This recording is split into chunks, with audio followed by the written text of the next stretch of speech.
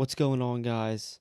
It's Matt here, and welcome today to the first ever episode of Sixers Sync. So, in regards to Sports Sync, kind of moving a little bit away from the full sports coverage, a little bit more into coverage of my favorite team in my favorite sport, the Philadelphia 76ers. Just going forward, content-wise, I want to talk about the Sixers. I really do enjoy talking about this team, although they are very frustrating at times. So we are going to look at the highlights from Game 4. So that's kind of something that I want to do. Kind of want this to just be like, let's watch the highlights together. I'll give my input on the Sixers, and then, we kind of go from there. That makes a little bit of sense. So here we are, Xfinity Mobile Arena. Game 4, Celtics lead 2-1. I did watch the game live. Some games that I won't be able to watch, this will be kind of like a first-time viewing experience, but I think it's good that the first game we kind of look over, I've already seen it, so I know what's going to happen here, but I want to break it down a little bit, at least what I see, and you guys can always let me know whether or not you agree with me. Let's take a look at what the Sixers kind of have to offer. So we'll get into a lot about the defense of this team, honestly. And I am going to, like I said, I'm going to pause it. We're going to do, some breakdowns and stuff. But looking at the first possession here, right, you see something immediately from the Sixers that's very concerning. So here comes the pick and roll with Kata up at the top. Embiid comes to play help, and he sticks. Both him and Paul George stick to Tatum, right?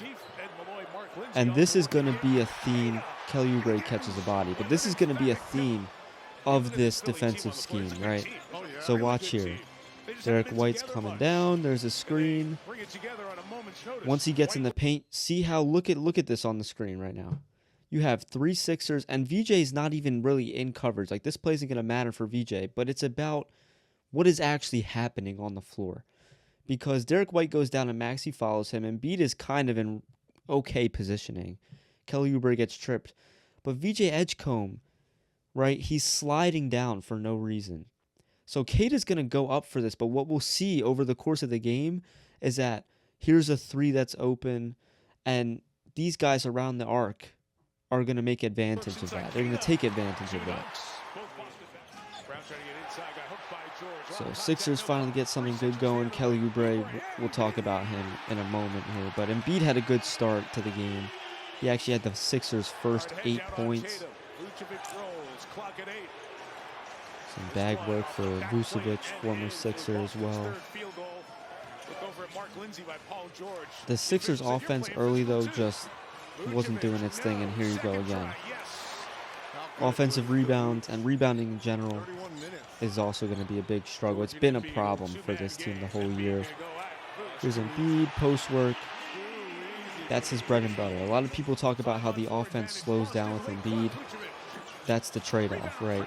That's what cannot happen, though. And this is where you'll find that I am one of the biggest Joel Embiid fans on the planet. Maybe the biggest one. But this is just a mistake here, right? So here's the 3. PG comes out to contest. Embiid switches onto Tatum here. Nobody's rebounding. Maxey is face guarding Derek White, which is fine. Kelly Oubre's here. First and foremost, where's the 5th Sixer, though? He's coming back in transition. VJ Edgecombe is off the screen there. So that leaves Peyton Pritchard to just go in right behind here because Embiid is not sinking to the paint. You give him maybe the benefit of the doubt. First game back. Sorry, the score is a little cut off at the bottom there as well. I'll fix that going forward. This is a nice move here by VJ. And honestly, throughout this game, I felt like the offense wasn't horrible. Tyrese Maxey, we'll get to him in a little bit, didn't really look aggressive. I thought that Paul George has been playing just fine in the playoffs so far. I think he's done well, at least offensively. And here's the guy of the night, right? Peyton Pritchard. So let's take a look. How does this happen, right? How does this happen?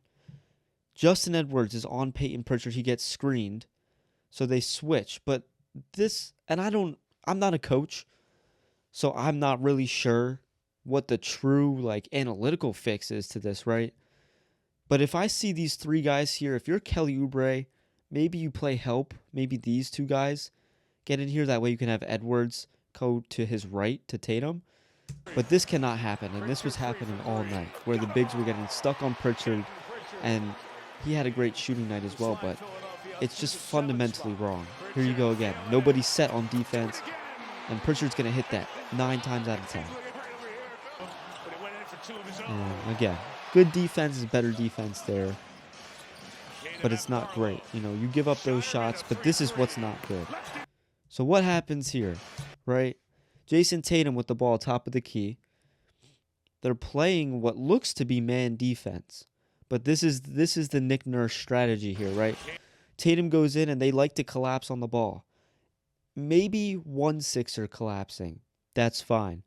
Both Sixers collapsing on Jason Tatum, leaving Peyton Pritchard, who already has like 3 threes to this point in the game, wide open.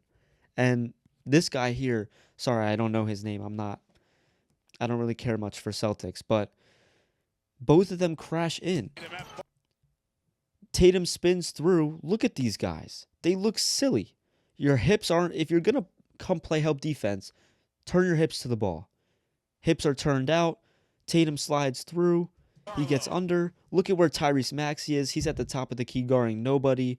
Justin Edwards is guarding nobody on the wing there. And this is an open three. Kelly Oubre doesn't play help, which means Embiid can't rotate from the baseline either. It's just not working. Here again, it's going to be the same thing. And I'm not going to go over this every time in this video because it's going to get repetitive, right? Peyton Pritchard's in the paint. Justin Edwards, who was guarding him, actually, I'm not sure who's guarding who here. That's how bad this defensive assignment is. But either way, you have 3, if you count Maxey or Oubre, 3.5 Sixers on one guy. I get he's making shots. That's fine. You can double him. 3 guys, so Vucevic is going to run in. Pritchard now sets. He has 55 up here who can easily cut to the top of the wing. Tatum to the key. But he's going to find this read down here because Embiid also goes to crash on the ball. The crash defense, which is a Nick Nurse thing, was not working. First quarter, they go down. What is this? A 15-point deficit here. Embiid with a nice little jumper. He didn't shoot well from the field, but he was the only offensive player consistently hitting shots. Kelly Oubre did not hit a shot this game. Peyton Pritchard does his thing there. He had a great first quarter. He had a great game overall, and they took advantage of the Sixers defense here again. Look at this defensive breakdown here. Every time that there's an egregious example of it, I'm going to pause it because this is horrible. This is horrible. There is no excuse for this kind of defense on a professional basketball court in the playoffs. I don't care if it is Michael Jordan, Kobe Bryant, prime LeBron, Luka. I don't care. This is not a defensive game plan. You will never win a basketball game playing this way. Embiid is supposed to be on Vucevic. He's guarding Brown. Paul George is also guarding Brown. In this freeze frame, he's fouling Jaylen Brown. There's no whistle here. Dominic Barlow, who's supposed to be guarding 55, has slid all the way from the corner to triple team him. VJ Edgecomb's back is completely turned to the corner, and Quentin Grimes is guarding nobody because the 5th Celtics player, Peyton Pritchard, is at half court. He's just off screen. This can't happen. This is literally abysmal defense. Like, this is arguably as bad as it gets, and it's frustrating because we're 3 minutes into the second quarter. This is the same game plan from the first quarter. There was no adjustment. Nice pass from Brown. I'll give him his props there. He luckily misses the shot. They get a good rebound just because we're playing small ball here with Embiid. This is good ball movement by the Celtics and just better shot making there. The Celtics are 3-point shooters. I don't understand. This is better, but why are we playing man on a 3-point shooting team? At this point in the game, down 18 points early in the second, you should be playing some kind of zone. A 2-3 or a 3-2, whatever you want. And this is just Pritchard ISO work. Good offense in comparison to the defense. Like, these possessions are okay. That's a good defensive possession. That's good here. Because, look, they stay in man. They're still in man. And now on this drive, since he's coming at Grimes, right? Grimes goes to overplay. What I would like to see is Edgecombe realize this. Now, this is a bang-bang play, so this is nitpicking. But Edgecombe has a long follow-through to where he stops and starts going the other way. I would like to see him a little bit quicker to stop, because if Derek White recovers this ball, that 3 is wide open there. But because of the scenario, we come away with it. And Quentin Grimes played well this game. I really did. I thought Quentin Grimes deserved a lot more minutes. But like, Quentin Grimes was trying to make plays. You could tell he's trying to make plays because he was going at the basket. Tyrese Maxey, I'm sorry for those who love Tyrese Maxey. He's a great player. He was not going at the basket. Let's break this down, right? Oops, my spotlight just came on. Sorry about that. Tatum goes down. Let's look at the matchups. Grimes has Jaylen Brown who's off the floor. That's good. Edgecombe is fine. Again, fully turned his back to the player he's guarding. I mean, it's half turn. It's fine. Maxey's doing the same thing. Embiid's guarding Vucevic. He comes to double, which is good. Oubre's in coverage. What happens? Tatum feeds to the backside. Embiid makes a good recovery. But here's the problem. Tyrese Maxey is going to double the ball. Why? I'm sorry, but in my opinion, you let this go to Embiid because Embiid is here. You don't have to jump and contest this. Maybe he can sit right here. Because what happens is they both jump. Embiid makes a great block. The ball goes right to Vucevic, and who's wide open? Edgecombe at least goes through the effort to try and contest it. But you're never going to win basketball games doing that. Embiid gets blocked here by Derek White, which is whatever. Derek White's a good shot blocker. Embiid with a great touch pass. And I get it, you haven't played without Embiid for multiple weeks, but he's the engine for this offense because he slows the game down. And I understand that Tyrese Maxey plays fast, but Tyrese Maxey has to understand that just because the game's pace is slowing down does not mean he has to slow down. And I think he got that confused a little bit there. And you see the Celtics they were getting stops because the Sixers weren't being aggressive enough. I really do think that Embiid and George have complementing play styles because they both kind of move at their own pace, right? And that's something that's very important to win playoff games at these caliber. And that's good defense there as well. But this is just a bad play by Maxey. This is nitpicking, but this is what I want to see as a Sixers fan from Tyrese Maxey. Good pass by Edgecombe, nice touch pass right in front. Here you are. You have Derek White in pursuit coming down the floor. This should be a relatively simple left-handed layup here. I don't understand that. But Maxey on offense, and then on defense, he looked tired all night. And it was a problem.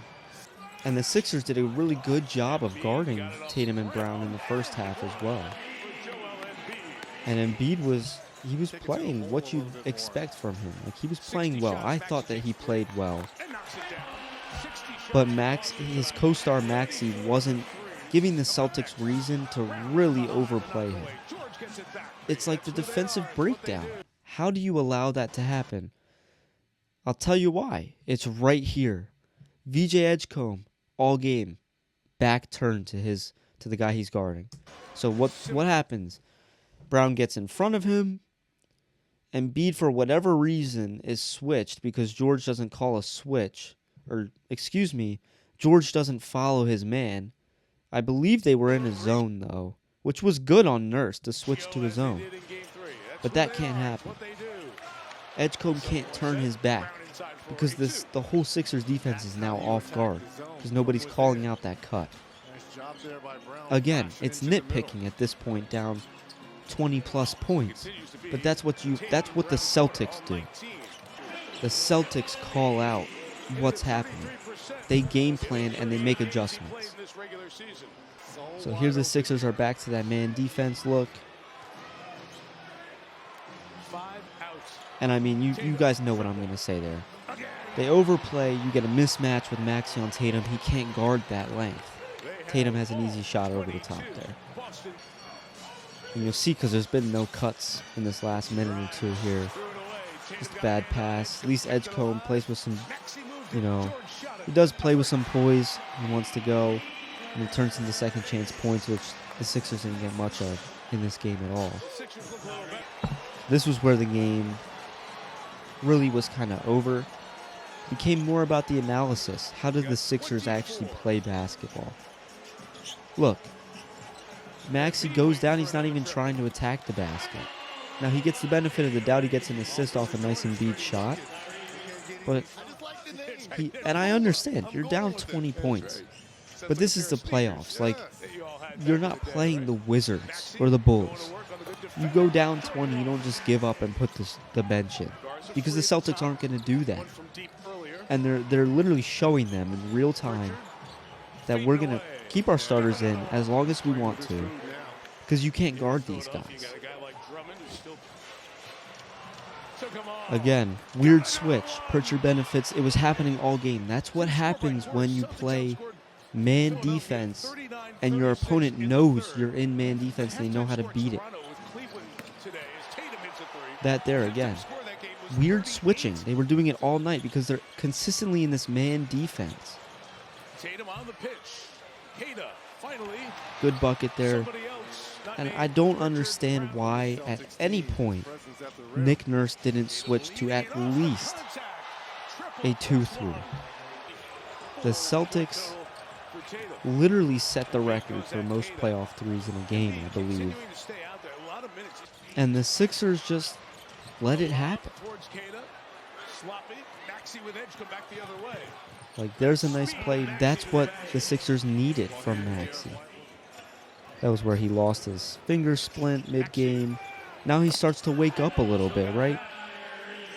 He's a great shooter, and the Celtics really weren't playing him that deep, right? They were kind of giving him space out there. But the Sixers made no adjustment. Let's look at the splits real quick. I know this isn't the most professional way to do that. This is the way that I'm going to do it here because it's the way that I visualize it best. So let's look. Let's look at the box score, right? It ends up 128-96. Brutal. Abysmal showing. Honestly embarrassing by the Sixers. Tatum with a 30 ball. He only took 16 shots. Look, 5 of his 8 field goals were threes. Perfect from the line. He was doing everything right. I liked the Sixers' defense on Jaylen Brown. I thought they played him well. He did not have many points through the first half. I think he only had like 6 or 8 points through the first half. And they played well against the backups. Or the backup, not the backups. The backup centers, right? Keita had 9 points, 8 rebounds, which is solid. They stopped Vucevic. Garza had a couple makes there. But the Sixers, look at this. Paul George, 6 of 13. Perfect from three-point land, but he only took 3 shots from 3. Joel Embiid, I'll give him the benefit of the doubt, right? Not good splits at all. Kelly Oubre, horrible. No field goals made. Maxey took 14 shots. This can't happen. Like, that can happen for Jason Tatum. Why? Well, for one, he shot 50%, perfect from the line, made 5 threes. But then he had a 30-point scorer off the bench and a 20-point teammate. This can't happen. Especially in 40 minutes, you can't take 14 shots. And the bench, we went deep into the bench. Grimes played great, shot efficiently, and he played a lot of minutes. I actually liked his minutes. Justin Edwards had 11 minutes, he took no shots. Barlow, 11 minutes, took 1 shot. There's no poise. There's no play-to-win mentality. It's a play-to-lose mentality, and it's a problem. So Game 5 is in Boston. I mean, I'll put the Sixers box score up since this is the Sixers page. Game 5 is in Boston. Celtics are up 3-1. The Celtics have never lost to the Sixers when up 3-1. They're 5-0. I'll be curious to see how the Sixers come out. If the Sixers come out in that man-to-man overplay with the pressure defense, they will get blown out again.